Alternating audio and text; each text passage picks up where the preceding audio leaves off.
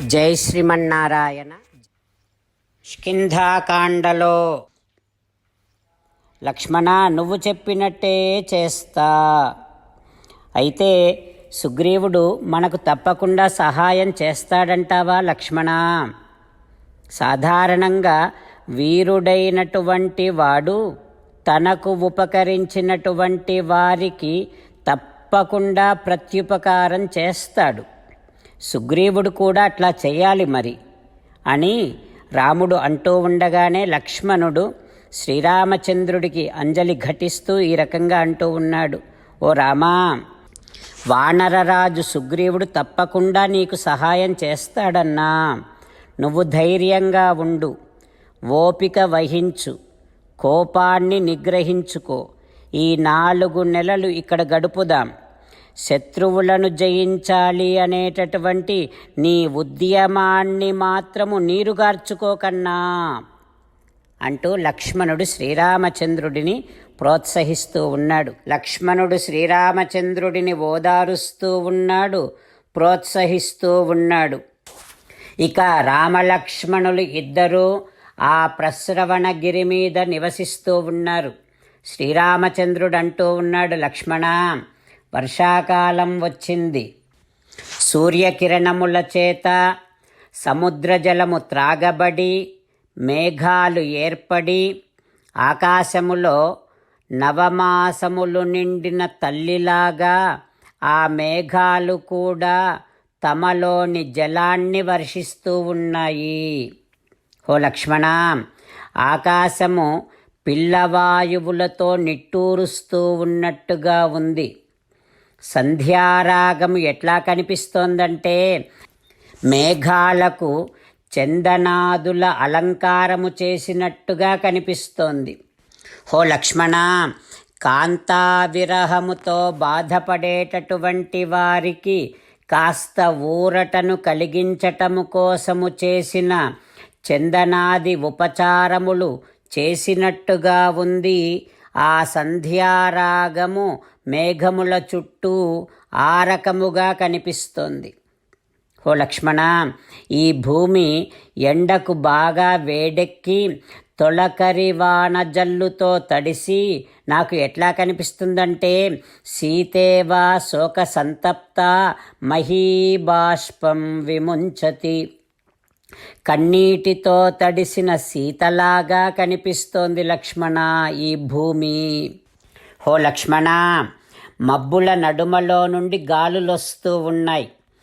ఆ గాలులు ఈ భూమి మీద ఉండే రకరకాల సుగంధ పుష్పములను తాకి ఆ సుగంధాలన్నింటినీ మోసుకొని మన దగ్గరికి వస్తూ ఉంటే ఎట్లా ఉందంటే ఆ గాలులను దోసిళ్లతో త్రాగాలి అన్నంత బాగా ఉన్నాయి ఆ గాలులు.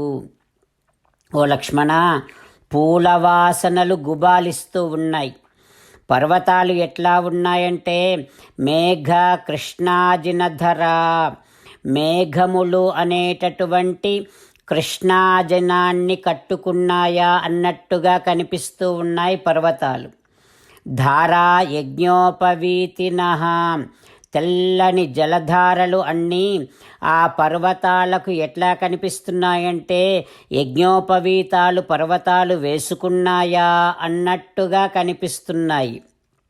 లక్ష్మణ, వాయువుతో నిండిన గుహలతో ఉన్నటువంటి ఆ పర్వతాలు ప్రాధీత ఇవ పర్వతాః, ఆ పర్వతాలు వేదాధ్యయనము చేయటం కోసం సిద్ధపడుతున్నాయా అన్నట్టుగా కనిపిస్తున్నాయి. ఓ లక్ష్మణ, నల్లని మబ్బుల్లో కదులుతూ ఉండేటటువంటి ఆ మెరుపులు ఎట్లా ఉన్నాయో తెలుసునా?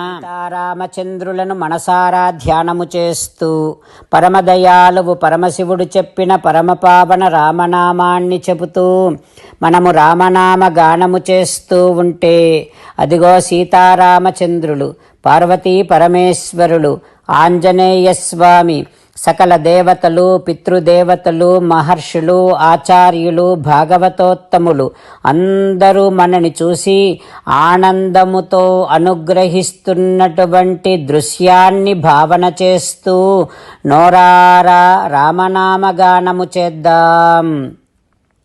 రామ రామ దశరథ రామ రామ రామ దశరథ రామ హే హే రాజా రామ హే హే రాజా రామ హే హే సీతారామ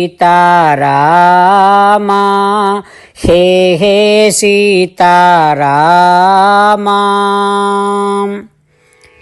జై శ్రీమన్నారాయణ. భక్తులకు ప్రత్యేకమైనటువంటి విజ్ఞాపన. మీకు అన్ని విషయాలలో వెంటనే మంచి ఫలితాలు రావాలి అనంటే ప్రతిరోజు 1 నిమిషం వెచ్చించి నారాయణాస్త్రాన్ని చదవండి. ఇక మీకు తిరిగే ఉండదు.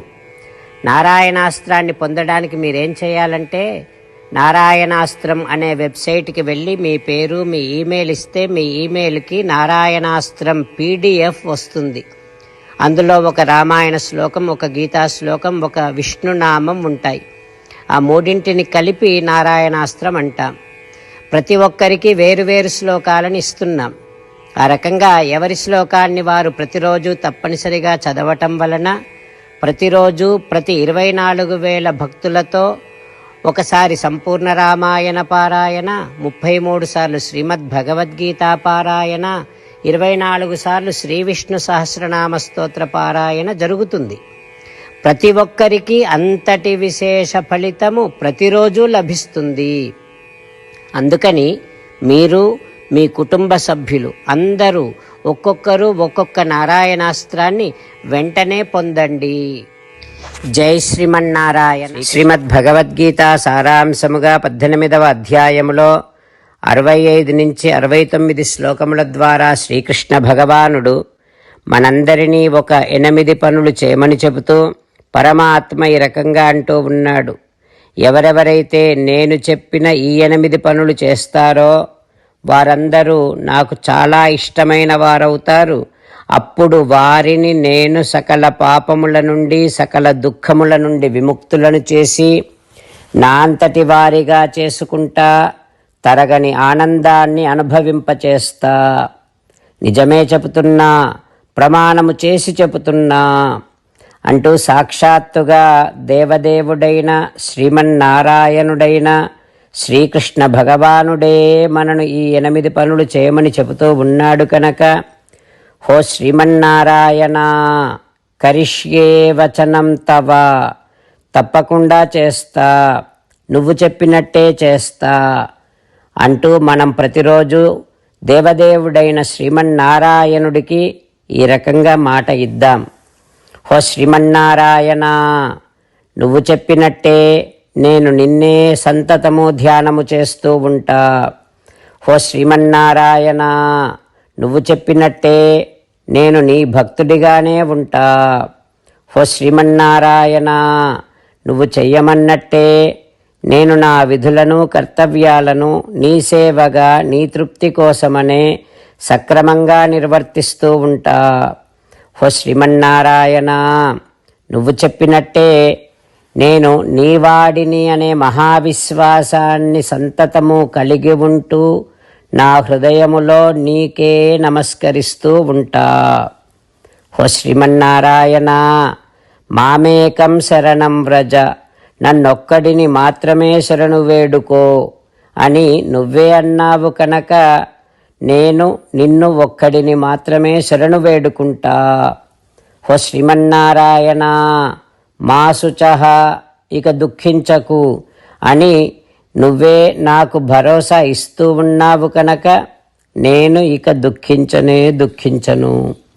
హో శ్రీమన్నారాయణ, నువ్వు చెప్పినట్టే నువ్వు నా కోసమని చెప్పిన శ్రీమద్భగవద్గీతను ఎప్పుడో ఒక్కసారి కాకుండా ప్రతిరోజు కనీసము 1 శ్లోకాన్నైనా అనుసంధానము చేస్తూ గీతోపదేశాన్ని జ్ఞాపకం చేసుకుంటూ ఉంటా. హో శ్రీమన్నారాయణ, నువ్వు చెప్పినట్టే నువ్వందరి కోసమని చెప్పిన శ్రీమద్భగవద్గీతను తెలియని భక్తులందరికీ తెలియచేసే నా వంతు ప్రయత్నాన్ని నిరంతరము కొనసాగిస్తూనే ఉంటా.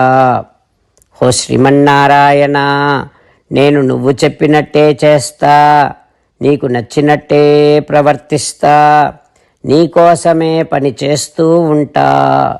కరిష్యే వచనం తవ. సర్వం శ్రీకృష్ణార్పణమస్తు. జై శ్రీమన్నారాయణ.